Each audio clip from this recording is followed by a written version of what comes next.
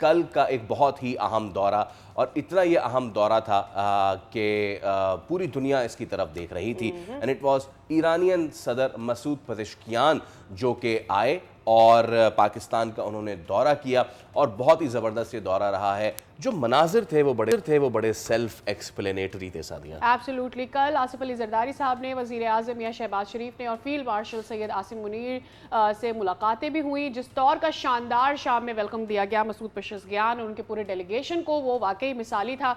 और एक दफ़ा फिर से ये मोहर सब्त हो गई कि पाकिस्तान ईरान के जो ताल्लुकात हैं वो किस कदर अब मजबूत हो गए हैं। और कल ख़ुद मसूद पेज़ेश्कियान जब रवाना भी हो रहे थे तो उन्होंने इस बात का इजहार किया कि हम भाई हैं। सो पाकिस्तान के लिए बहुत सारे एस्पेक्ट से ये दौरा इसलिए भी, ना सिर्फ खित्ते की जो सूरत हाल बेहतर हुई है, ये बहुत इंपॉर्टेंट है, सफारती लिहाज से बहुत ज़्यादा इंपॉर्टेंट है जिस तरह से पाकिस्तान ने इस पूरी वॉर को रुकवाने में अपना रोल अदा किया। लेकिन जो बॉर्डर मैनेजमेंट है, ईरान के साथ हमारे ताल्लुकात हैं, वो मज़ीद उस्तवार हो गए हैं। इस सारे पर्सपेक्टिव में, इसको वाइडर होराइजन में जब देखते हैं तो ये दौरा बहुत ही अहम समझा जा रहा है। ख़ास करके जैसे ही हमने देखा कि एक मैराथन दौर हुआ डायलॉग्स का, और उसके बाद सबसे पहला दौरा मसूद पेज़ेश्कियान का पाकिस्तान के लिए हुआ। ऑल राइट, तो अब हम इस पे बात कर लेते हैं। हमारे साथ मौजूद हैं एयर मार्शल रिटायर्ड खान साहब, आप साबिक सफ़ीर भी हैं। सईद साहब अस्सलाम वालेकुम और सुबह बखैर, बहुत शुक्रिया आपके वक्त के लिए। सईद साहब, हमने इस पे काफ़ी बात कर ली है कि किस तरीके से पाकिस्तान ने अपने बायलैटरल टाइज़ ईरान के साथ आगे मज़ीद मजबूत करने, पाकिस्तान की डिप्लोमेटिक गेंस और आगे आने वाले दिनों में पाकिस्तान की इसमें फ़ाइनेंशियल गेंस। मैं चाहूँगा इब्तदा के तौर पर कल जब पेज़ेश्कियान साहब आए हैं, उनकी मुलाकात जो रही है वो सिर्फ एक शुक्रिया का दौरा नहीं था। क्या क्या कुछ था उसमें जो लोग नहीं समझे हैं उनको ज़रा समझाएं कि what was hidden in this very important one day visit. बिस्मिल्लाहिर्रहमानिर्रहीम। फैसल और सादिया, आपका बहुत शुक्रिया कि आपने अपने प्रोग्राम में आज इनवाइट किया। देखिए, कल जो प्रेसिडेंट मसूद पेज़ेश्कियान का जो दौरा था वो डिप्लोमेटिक पॉइंट ऑफ व्यू से बहुत ही इम्पोर्टेंट था। उस दौरे ने ना सिर्फ हमें एक पैगाम दिया बल्कि इस पूरे रीजन को और पूरी दुनिया को एक पैगाम दिया, और वो ये था कि पाकिस्तान वो मुल्क है जिसके ऊपर ईरान ब्लाइंडली ट्रस्ट कर रहा है इस वक्त, जबकि पूरी वेस्टर्न वर्ल्ड उसके खिलाफ खड़ी हुई है। और जो है क्या कहते हैं, लोग अब गो के रेजोल्यूशन ऑफ द कॉन्फ्लिक्ट की तरफ जा रहे हैं, लेकिन जो जितने कंट्रीज हैं जो कि इजराइल की हामी हैं, वो ये चाहती हैं कि किसी तरीके से ईरान को काबू में रखा जाए। पाकिस्तान ने पिछले 3-4 महीनों में जितनी बेहतरीन तरीके से सालिसी की है, उन्होंने ये शो किया है कि वो हम जो है एक न्यूट्रल मीडिएटर हो सकते हैं। हमने ना सिर्फ ईरान के इंटरेस्ट को लुक आफ्टर किया है, बल्कि हमने अमेरिकन इंटरेस्ट को भी इक्वली लुक आफ्टर किया है। और कई मर्तबा इन पिछले 3-4 महीनों में ये टॉक्स डीरेल हुई, लेकिन पाकिस्तान की सालिसी और मेहनत और फोकस की वजह से दोबारा ट्रैक पर आ गई। सो कल का जो विजिट था वो बेसिकली पाकिस्तान का शुक्रिया अदा करना था, क्योंकि ईरान ने इस एमओयू से जो कुछ हासिल किया है वो पिछले 47 ईयर्स से वो चीजें हासिल करने की कोशिश कर रहा था, लेकिन उसको मिल नहीं रही थी, क्योंकि वेस्ट उसके इंटरेस्ट की तरफ ओपन हार्ट नहीं रखता था। सो पाकिस्तान ने अब जो दूसरे हलीफ हैं यानी कि अमेरिका, उसको समझाया कि देखिए, आप अगर इस इलाके में पीस और ट्रैंक्विलिटी चाहते हैं और आप चाहते हैं कि ये इलाका जो है वो क्या कहते हैं वेस्टर्न इंटरेस्ट का अमाजगा रहे जैसे कि है, तो आपको जो है क्या कहते हैं ईरान के भी इंटरेस्ट को देखना पड़ेगा। सो जो है पाकिस्तान ने दोनों ममालिक को समझाया, और हमें बड़ा कल फख्र होना चाहिए था कि ईरानियन प्रेसिडेंट जो हैं वो खुद चलकर आए, खास तौर पे जबकि ये मुहर्रम का महीना है और ऑलरेडी 8 मुहर्रम शुरू हो चुकी है, और हम सबको पता है कि 8, 9, 10 मुहर्रम ईरान में कितनी इंपॉर्टेंट होती पूरी दुनिया में सर। अच्छा, बस अब ये बता दीजिएगा कि क्या हम इसके ऊपर जो हमारे इसके अलावा गेंस हैं, ऑब्वियसली हमारे डिप्लोमेटिक गेंस हैं इसमें, हमने जिस तरह से इस वॉर को हल करवाया है उसमें भी हमारी मीडिएशन का भी एक किरदार है, लेकिन जो अदरवाइज़ पाकिस्तान और ईरान के इंटरेस्ट की चीज़ है वो देरीना मसाइल जिनको हल होना लाजमी था, उस पर भी डिस्कशन हुआ है। As per my knowledge water management पर ख़ास करके बात हुई है और इसमें अफ़गानिस्तान का भी जिक्र हुआ है कि किस तरह से, चूँकि अफ़गानिस्तान के साथ पाकिस्तान और ईरान की कोई ट्रीटी नहीं है, वाटर ट्रीटी नहीं है, तो इसको किस तरह से कंट्रोल करना है, जहाँ वहाँ पर जो बढ़ता हुआ इंडिया का इन्फ्लुएंस है उस हिसाब से। सो इसमें कितना ज़्यादा इम्पॉर्टेंट होगा कि जल्दी जल्दी इन मामलात को हल कर लिया जाए और दोनों ममालिक मिल के इस सूरत हाल को कंट्रोल कर सकें। देखिए सादिया, हमारा जो वेस्टर्न बॉर्डर है ना वो तकरीबन 2200 किलोमीटर्स प्लस माइनस लंबा है, जिसमें से 900 ईरान के साथ हैं और तकरीबन 12 से 1300 किलोमीटर्स जो है हमारा अफगानिस्तान के साथ है। अब जबकि पाकिस्तान ने एक हार्ड स्टेट बनने का इरादा कर लिया है विद रिस्पेक्ट टू अफगानिस्तान, सो जो उनका इंग्रेस था जो चीजों के लिए या जो उनके लोगों की मूवमेंट थी वो ईस्ट टू वेस्ट थी, यानी कि पाकिस्तान के थ्रू होती थी। लेकिन जब पाकिस्तान ने हार्ड स्टेट की तो उनके पास इंग्रेस की सिर्फ एक जगह रह गई और वो थी थ्रू चाबहार पोर्ट या थ्रू ईरान। अब हम ईरान के साथ हमारे ताल्लुकात अच्छे हैं और ईरान नहीं चाहता कि पाकिस्तान के अंदर कोई डिस्टेबलाइजेशन हो, तो वो ये बड़े आराम से इस चीज को इंश्योर कर सकता है कि जो चाबहार पोर्ट पे जो इंडियन गुड्स आती है या कोई भी गुड्स जो अफगानिस्तान के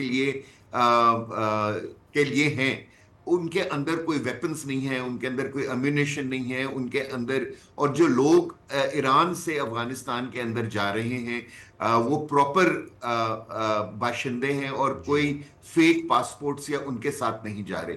सो अगर ईरान हमारा साथ दे तो हम बहुत हद तक BLA TTP की फंडिंग को रोक सकते हैं और ये जो इंडियन इंग्रेस हम अफगानिस्तान में देख रहे हैं इसको भी बहुत हद तक कंट्रोल किया जा सकता है। All right. पिछले, अगर आप मुझे इजाजत दें, अगले पिछले 2-3 महीनों में इस चीज का बहुत ज्यादा ईरान को एहसास हुआ है कि उन्होंने इंडिया के करीब जाके बहुत बड़ी गलती की। और अब जबकि आयतुल्ला अली खामनाई की इन्वेस्टिगेशन ऑलमोस्ट कंप्लीट हो रही है, तो ये चीज भी सामने आ रही है कि वहां जितने इंडियंस थे जो कि ईरान में काम कर रहे थे वो बेसिकली मोसाड एजेंट्स थे, उनको ईरान ने पकड़ भी लिया है और उनके थ्रू बहुत सारी इंफॉर्मेशन अब उनको हासिल हो गई है। सो ईरान जो है, इंडिया जो है वो ईरान में जो है वो क्या कहते हैं, दोस्ती या मोहब्बत की वजह से नहीं गया था, बल्कि वो बेसिकली इजराइल के एजेंडे को बढ़ाने गया था। ईरान को ये बात समझ में आ गई है और उनको ये भी समझ में आ गया है कि अगर इस इलाके में और खासतौर पे मुस्लिम दुनिया में उनका कोई जो सही दोस्त है जो मुश्किल वक्त में उनके साथ खड़ा रहा और उनके पॉइंट ऑफ व्यू को बड़ी बहादुरी के साथ दूसरी कंट्रीज को समझाया, खासतौर पे वेस्टर्न कंट्रीज को और अमेरिका को, तो वो पाकिस्तान है। और फ्यूचर में भी अब वो मेरे ख्याल चाहते हैं कि पाकिस्तान के साथ उनके ताल्लुक। ओके, अच्छा सर, हमने पाकिस्तान ईरान के ताल्लुकात पे बात की। Now I want to shift my focus. ये जो रोड मैप है, 60 दिन का रोड मैप, और वो क्लॉक शुरू हो गई है और 21 अगस्त 2026 को आई होप कि दुनिया इस रोड मैप को कंप्लीट होते हुए देखे। Sir, because you have been former ambassador, तो मैं आपके एक्सपीरियंस से फ़ायदा उठाते हुए ज़रूर जानना चाहूँगा कि ये जो कमेटीज़ बनाई गई हैं, 3 बड़ी कमेटीज़ हैं जिनमें एक फाइनेंशियल कमेटीज़ है। ईरान हमेशा से चाहता था कि बैंकिंग चैनल उनका बहाल हो जाए और वो होने लगा है। देन जो एक रीजनल सिक्योरिटी कमेटी है वो तो अपना काम करेगी, but one of the most important thing is a liaison formed between Iranian army and the CENTCOM। ये बहुत बड़ी डेवलपमेंट है। मैं चाहूँगा आप ज़रा बताइए कि ये कमिटीज़ काम किस तरह करती हैं, इनका एम्बिट क्या होता है, इनकी पार क्या होती है, क्या ये सिर्फ तजावीज़ देते हैं या फिर इनमें फाइनल डिसीजन मेकिंग पार भी होती है? देखिए, फाइनल डिसीजन मेकिंग पावर तो हमेशा फैसल गवर्नमेंट के पास होती है। ये जितनी बॉडीज होती हैं, इंस्टीट्यूशंस होते हैं, इनका काम होता है गवर्नमेंट को एडवाइस करना। सो मेरा ख्याल है कि इनका भी रोल वही होगा। लेकिन देखिए, जो हमें समझने की जरूरत है ना, वो ये है कि ये बहुत ट्रिकी इश्यूज हैं। ये जो आपने कहा कि 3 कमेटियां बनी है, टू माय नॉलेज 4 कमेटियां बनी ओके। हैं। ठीक है ना? तो और वो एक कमेटी भी बनी है जो ओवरऑल इन 4 जी कमेटीज जी जी की जी जी। फंक्शनिंग और वर्किंग को जी। ओवरलुक करेगी और इंश्योर करेगी कि 60 दिन के अंदर जो है इन मामला को रिजॉल्व कर लिया जाए। देखिए, जो है ना, अमेरिकन फोर्सेस ने ब्लॉकेट खत्म कर दिया है, लेकिन they are still in the region. उनको पुल बैक, वापस अमेरिका पुल बैक नहीं किया गया। सो वो रीजन के अंदर मौजूद है। नंबर 2, देखिए, जो अमेरिकन 5th फ्लीट है, उसका जो हेडक्वार्टर है वो कुवैत में है। इसी तरह जो कतर के अंदर जो सेंट्रल कमांड है, या सेंटकॉम जिसको कहते हैं, उसका हेडक्वार्टर। अब ये जो है, ये गल्फ के अंदर अमेरिकन प्रेजेंस बहुत डोमिनेंट है। और अगर ईरानियन फोर्सेस भी डिप्लॉयड हैं और अमेरिकन फोर्सेस भी डिप्लॉयड हैं, अगर क्या कहते हैं, इनके दरमियान कोऑर्डिनेशन ना हो, एक दूसरे से बातचीत ना हो, तो बहुत चांसेस हैं कि जो लोग चाहते हैं कि इस इलाके में पीस और ट्रैंक्विलिटी ना हो, वो कोई भी फॉल्स फ्लैग ऑपरेशन कर सकते हैं। और राइट। वो जो हमने पिछले 3 महीनों में देखा, फैसल के फॉल्स फ्लैग ऑपरेशंस होते रहे, और वो इसराइल ने किए ताकि मुसलमान कंट्रीज आपस में लड़ पड़े। ठीक है ना? राइट। सो ये जो एक कोऑर्डिनेशन कमेटीज होती हैं, या आप हेडक्वार्टर्स आपस में इंटरैक्ट करते हैं, उनका बेसिक मकसद ये होता है कि अगर कोई चीज होती है, तो आप एक दूसरे से इमीडिएटली बात करके सही सिचुएशन का अंदाजा लगा लें, और फिर डिसीजन तो आपकी गवर्नमेंट ने लेना है कि राइट। वो उस वाक्य के ऊपर किस तरह रिएक्ट करते हैं। सो मेरे ख्याल में this is a very positive development. और पाकिस्तान की मेहनत की वजह से ये सारी कमेटीज बन रही हैं। पाकिस्तान अब बजाते एब्सोल्युटली। खुद इन कमेटीज के अंदर मौजूद है। सो हम इंश्योर कर रहे हैं कि हर चीज जो है, एक वो बेहतरीन तरीके से और टाइमली हो जाए। राइट। रूबियो साहब मिडिल ईस्ट का दौरा करते हैं और यूएई, कुवैत, बहरीन से बात करना चाहते हैं, एंड एट दिस पॉइंट वो एक दफ़ा फिर से कहते हैं कि स्ट्रेट ऑफ होर्मुज़ में किसी भी किस्म का टोल या फी हम बर्दाश्त नहीं करेंगे। ये दौरा असल में किस लिए है? क्या ये जो 60 दिन है, इससे बीच जो एक ट्रस्ट डेफिसिट हुआ है यूएस पर इन गल्फ कंट्रीज़ का, उसको मजबूत करने जा रहे हैं, या जो थोड़े बहुत काइंड ऑफ खदशात हैं ईरान के लिए, उनको दूर करने जा रहे हैं? What is it there for? देखिए, सादिया, ये जिन 3 कंट्रीज को सेक्रेटरी ऑफ स्टेट विजिट कर रहे हैं, वो है यूएई, बहरीन और कुवैत। कुवैत, या। और यही वो 3 कंट्रीज हैं जो कि जिन्होंने अब्राहम अकॉर्ड माना हुआ है, और वो अब्राहम अकॉर्ड के तहत उनके इजराइल के साथ सिफारती ताल्लुकात हैं। अब पिछले, अगर आप 3-4 साल की अगर इजराइल की एक्टिविटीज देखें, तो उन्होंने 5 ममालिक के अंदर से जमीन लेके अपने बॉर्डर्स को एक्सपेंड किए। जी। उन्होंने सीरिया से जमीन ली है, उन्होंने जॉर्डन से जमीन ली है, उन्होंने पैलेस्टाइन से जमीन ली है, उन्होंने गाजा पे कब्जा किया है, और उन्होंने अब लेबनान के कोई 25% उनके सदर्न पार्ट के ऊपर उन्होंने कब्जा कर लिया है। सो जो गल्फ कंट्रीज है ना, उनको अब ये समझ में आ रहा है कि इजराइल के साथ दोस्ती करके आप जो है अपने आप को सेफ एंड सिक्योर नहीं कर सकते। सो जो gulf countries are rethinking about continuing in the Abraham accord. अब इस जंग में भी, अगर आपने वो जो इजरायली यूनिवर्सिटी का एक सर्वे आया है, तो सादिया आपने देखा था, उसमें 92% इजरायलीज थिंक कि Iran has one the war. या। ठीक है? सो जब इजराइल ये समझता है कि ईरान ये जंग जीत गया है, तो वो डेफिनेटली, अगर जो गल्फ कंट्रीज की पॉपुलेशन है वो भी इसी तरह सोच रही है, हुकूमतें भी उसी तरह सोच रही हैं। सो आगे जो गल्फ है उसके अंदर Iran is not going to be any more an enemy to the gulf, ठीक है ना। गल्फ कंट्रीज भी ईरान के साथ ताल्लुकात अच्छी चाह रही हैं और ईरान भी चाह रहा है कि उसके गल्फ कंट्रीज के साथ अच्छे ताल्लुकात हो जाएं, ताकि ये पूरा रीजन जो है वो पीस के साथ अपना ट्रेड और बिजनेस कर सके। जबरदस्त। सो ये वो चीजें हैं जो इजरायली इंटरेस्ट के खिलाफ जा रही हैं, और डेफिनेटली क्योंकि अमेरिका जो है उसने इब्राहिम अकॉर्ड कराया था प्रेसिडेंट ट्रंप के पहले टेन्योर के अंदर।